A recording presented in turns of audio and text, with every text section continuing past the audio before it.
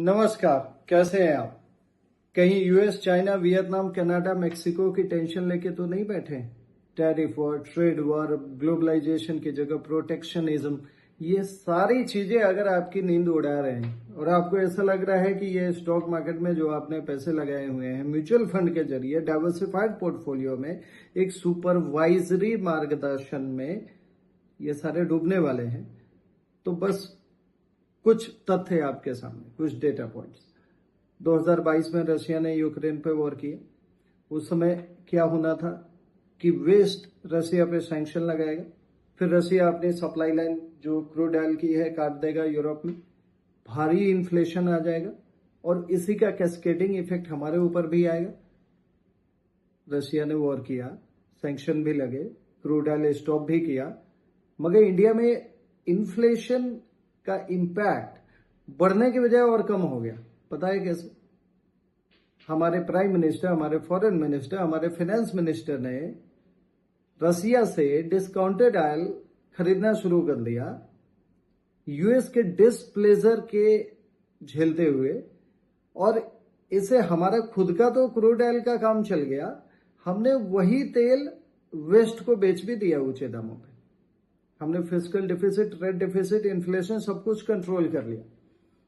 और इसके कारण क्या हुआ? जो बाजार 62,000 की पीक से गिर के 52,000 तक आया था, बार बार 60,000 को लेवल को टच करता रहा, फिर कोई नई न्यूज आती रही, कभी हिडनबर्ग के ऊपर रिपोर्ट आ गया, कभी चाइना में एवरलांटे क्राइसिस आ गया, कभी वो एक बैंक का कोलैप्स, यूएस में पीएमसी बैंक के कोलैप्स का न्यूज आ गया।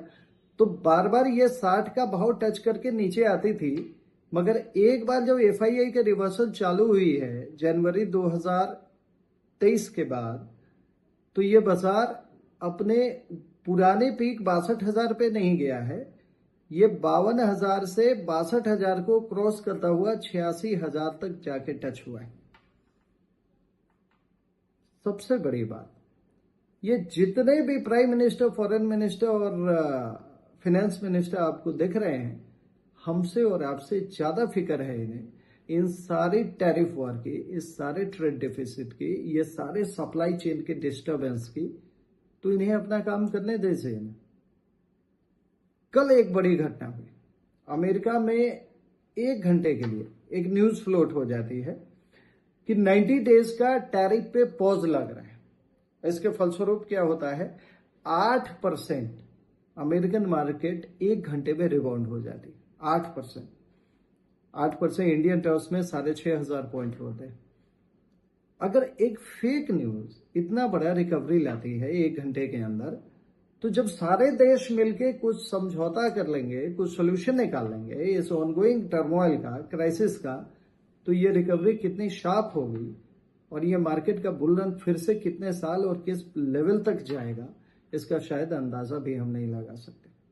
अगर कैश पे बैठे तो ये टाइम है इसको डिप्लॉय करने का, नहीं तो हर बार की तरह इस बार भी मिस हो जाएंगे और अगले साल कहेंगे काश उस समय लगा लिया होता। मिलते हैं अगले वीडियो।